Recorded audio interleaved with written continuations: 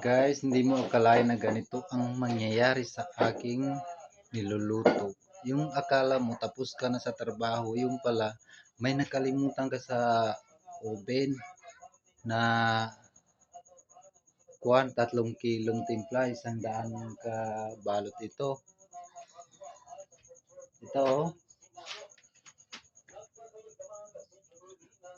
akala mo tuwang-tuwa ka na kasi na ano mo na yung kumpleto na yung order sa iyo tapos ganito pala ang mangyayari. Napakahirap guys ipaliwanag sa customer na hindi mo maibigay yung order nila kasi nasagot mo na sila na bukas i-deliver na ang order.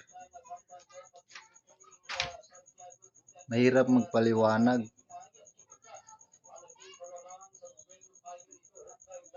kasi tayong baker minsan nahihiya tayo pag hindi maibigay yung ng customer, lalo na kung nagsabi ka na i-deliver na bukas.